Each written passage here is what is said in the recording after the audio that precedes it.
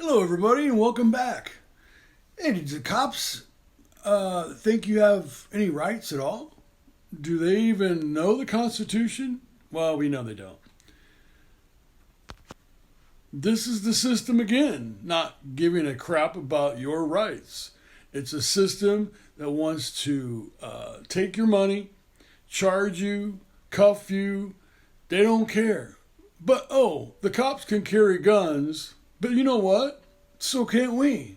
It's our Second Amendment constitutional right. But they don't want to recognize that. It's not against the law to wear a vest from Army surplus. That's ridiculous. That's like it's against the law to go through a drive-thru and order a soft drink. Officers have to articulate a crime that you are committing, about to commit, or have committed before they can even stop you and investigate you. They can have casual talk, but you don't have to talk to them. It's your Fifth Amendment right. So check it out. More criminals, which are cops. Everything that he did, was wrong. He can't. First, he can't search and seize my things unless I'm breaking the law. Police do not have no authority over me until I've broken the law. And I'm going to put you on the ground at gunpoint if you don't comply. That's what I'm telling you. So you're going to violate my civil rights? You shouldn't be a cop. Because what you are is you're a danger to the public. All right, at this point, get on the ground. A man stands on a sidewalk, legal and calm. Yet within moments, police guns are drawn. No crime, just fear in uniform. If people obeying the law makes you scared, makes you paranoid, you shouldn't be a cop. Because what you are is you're a danger to the public. All right, at this point, get on the ground. Yes, sir. Get on the ground, put your hands behind your back.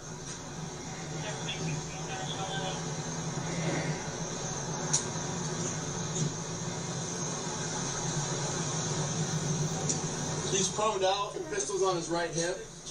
Jeff Mayer wasn't shouting. He wasn't armed unlawfully. His only weapon, the Constitution. So, when he pointed that at me, I saw my whole entire life flash before my eyes. This was all part of the First Amendment on it. No, he got what he wanted there. Well, I've had other cops stop me with the vest, and Yeah. they kind of act the same Well, way. Mr. Diaz, you got what you wanted. You have the attention of law enforcement. I wouldn't have had the attention. You wouldn't have had the attention, sir, if you weren't walking around with a ballistic vest on. It's not illegal. But a reasonable person in their right mind does not walk around with a U.S. Army surplus ballistic vest. If he isn't breaking the law, why the felony takedown? Since when did legality need permission slips? So when you do that, you're gonna get the attention of law enforcement every single time. The fact that it's not illegal, that Okay. doesn't mean you can detain me. That It does. doesn't mean that you can search Yes, sir. and seize my personal property. It doesn't mean I can detain you. Okay.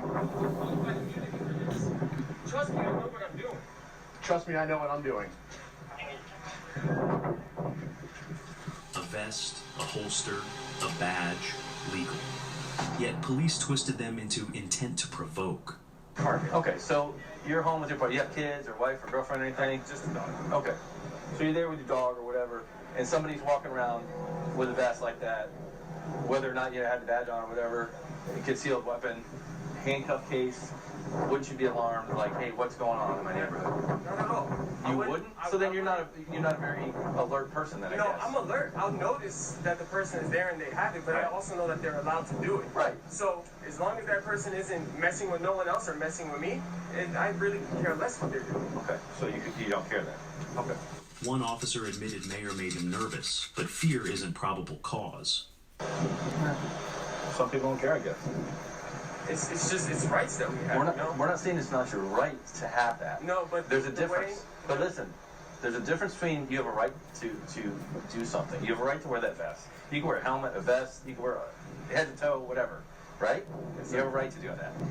But we have a job to see what you're doing when you're wearing that in a manner that is confusing to the public or scary to the I public. understand that, but all of you guys. All you would have had to do is just stop and go, hey, this is my deal, this is what I'm wearing. Here's the thing.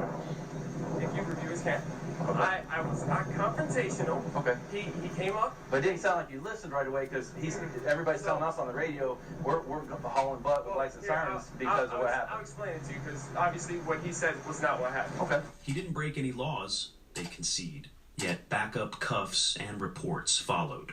Law they broke. Fourth Amendment protects against unreasonable searches and seizures. 42 U.S.C. Section 1983, Civil Remedy for Constitutional Violations. Florida statutes, legal firearm carry and body armor use absent a crime. I noticed him since over there. Okay. I wanted him to know I don't got nothing to hide. Okay. You know what I'm saying? So I continued having my conversation because, you know, I know he's here for us, so why should I worry about a cop being on the corner? Okay, good. And we talked for a little bit, me and him, about some video games, and then I was like, okay, well, you know, we're done talking, I'm gonna get back to work, and I'll let you do Okay. your thing. I start walking back to the car, and the guy was talking to me about the First Amendment audits that I've done. Okay. And I started explaining to him about the First Amendment audits. That's when this officer here pulled up, got out the car, made contact with me. Hey, why are you wearing a vest? So I looked at him, and I was like, it's not illegal to wear a vest. Right. What should have concluded in mere seconds morphed into an extensive intelligence file. The police meticulously documented Mayer, not for any criminal activity, but due to the numerous lawsuits he filed against various departments, each case woven into a tapestry of grievances that caught their attention. So I looked at him, and I was like, it's not illegal to wear a vest. Right. And it's then- not. and It's then- not. I'm on page with you right Yeah, there. then he looks at me and he goes, are you armed? And I said, yes, I am armed. It's on my right hip. And you're allowed to do that too. And that's instantly when he went for the gun. He was holding his gun, clutching it, and he goes, oh, this is gonna go one or two ways, which everything that he did, you know, was wrong. He can't. First, he can't search and seize my things unless I'm breaking the law. Police do not have no authority over me until I've broken the law. And Did you see this guy walking around with the stuff on? Yeah? Did it freak you out? Not really, but Nah, it's normal? I never seen him before. He was kind of weird. Yeah. He started looking at me and then he came back.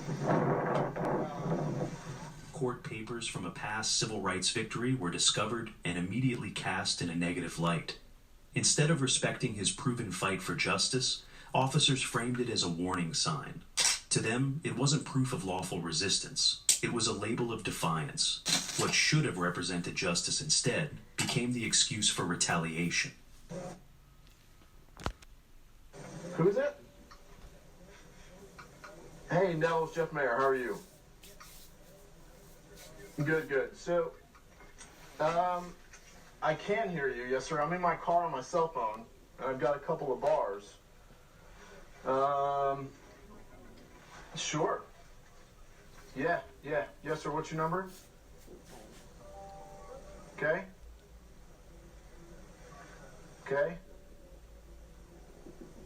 6286. I'll call you now. Thanks. The instant Jeff was dubbed a First Amendment guy, the atmosphere transformed dramatically. What had once been a routine discussion morphed into something charged with tension. Although auditing was not illegal, the officers worked diligently to cast it in a shadowy light, suggesting a sense of wrongdoing that lingered just beneath the surface. Good. So, here's my situation. Driving down Rouse Road approaching Bloomfield. Next to the apartment complex, I see a gentleman wearing an olive hat, an olive ballistic vest, and he's got a bulge on his side. The olive ballistic vest, the only thing you can see from the front is a olive United States flag. So I sit and watch him for a minute. He stands there sitting on the side of the road, and I see a black handcuff case on his left side. He's got no law enforcement markings, no bond agent markings, nothing like that. No, I wear the vest because, one, it's my right to do it, and So I watch him go into the apartment complex. I drive around, and he's leaning in a car. So I come up and I say, hey, how you doing? You have any ID on you? He says, I'm not going to identify myself. Finally, he starts talking all this First Amendment rhetoric, and he's making me feel a little nervous. So I go, okay, sir, at this point, I want you to get on the ground, on your belly, put your hands out. Suspicious clothing was their justification. But suspicion without crime is bias wearing a badge. This wasn't probable cause. It was prejudice. Just so you know, I am recording. Good, so am I. Okay. Wearing a ballistic vest with no markings walking around the public. Is it illegal to wear a ballistic vest? Do you have any ID on you? Is it illegal to wear a ballistic vest? Okay, signal 44. He's not compliant. I'm gonna put you on the ground at gunpoint if you don't comply. That's what I'm telling you. So you're gonna violate my civil rights? You're armed wearing a ballistic vest walking around public. Is that illegal? If people obeying the law makes you scared, makes you paranoid, you shouldn't be a cop. Because what you are is you're a danger to the public. All right, at this point, get on the ground. Was this an investigative stop or a thin veil of intimidation camouflaged as procedure? The underlying message was unmistakable. Don't film, don't sue, and don't dare to question. So I wait for another unit, secure him. He's got a Springfield Armory 45 on his hip. He's wearing a ballistic vest with body armor in it. And inside his car, which we can see in plain view because he left the door open, was a gold badge that says Concealed Weapons Permit Holder. He's definitely a First Amendment auditor because he's got some lawsuit paperwork in the car from the sheriff's office. So he's obviously won some money. My thing is he's walking around like this saying, I have the right to do so. And a reasonable person is not going to walk around looking like that. So I took some pictures of him, of his handgun, of his car, of the badge, of the vest. The statement highlights that we're putting him on the radar. While there are currently no charges or evidence of a crime, Mayer has been included in a system designed to monitor individuals associated with dissent rather than those engaged in criminal activity.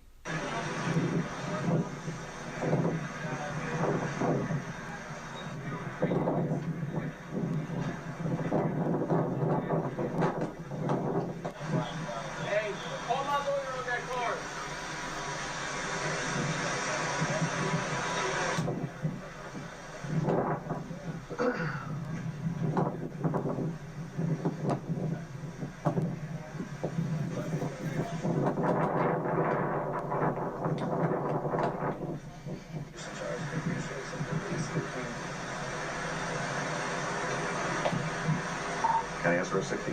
Weapons permit. I know. And No, I get it. I'm explaining the whole thing. But a reasonable person say, The actual risk was not the firearm in his possession, but rather the body-worn camera.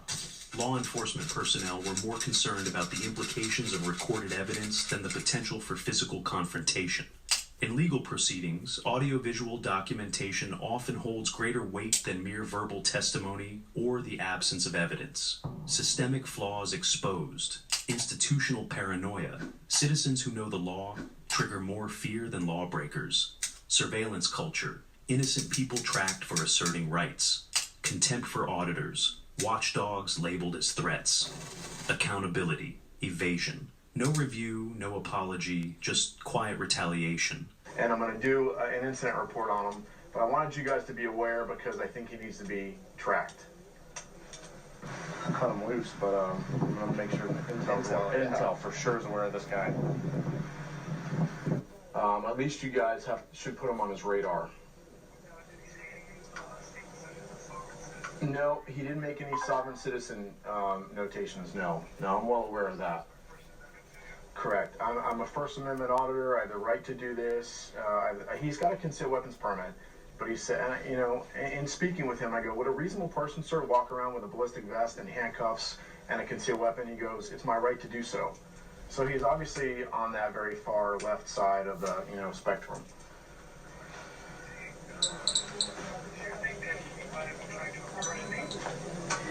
I don't think so.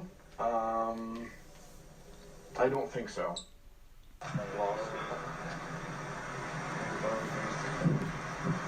Oh, he's already suing the sheriff. Yeah, he's already. Sounds like he's won. Did he live here? He was walking up and down the street with another guy, with that gentleman, and I'm like, it's just strange. I'm like, oh, I'm gonna stop out with him. So he was in and out of his car, and I go, sir, you have a weapon on you? He goes, yep. I'm like, okay, don't move and don't reach for it.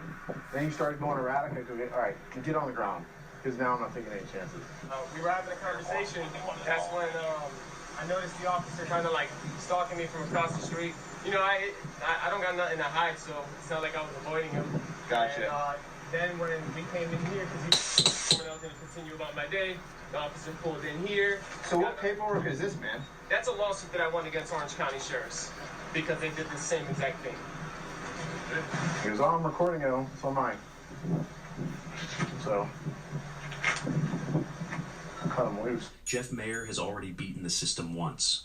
This footage could fuel another $1,983 lawsuit. Unlawful detention, excessive force, retaliation for free speech. Each rights violation risks millions in payouts and deeper erosion of police credibility. Conclusion: Jeff Mayer did not engage in any acts of defiance, intimidation, or legal transgression. Instead, he dismantled a pretense, exposing a framework where image and perception eclipse legal principles. If adherence to the law casts an individual as a suspect, what implications does this hold for those entrusted with its enforcement? This one exposes the mayor and the system conspiring against you. That's bad. This is a $14 million lawsuit that the system is going to lose and taxpayers are going to have to pay. But the most important thing is the mayor's involved with the police, and that's just horrifying. Hey, love you guys. Subscribe. We'll talk to you later.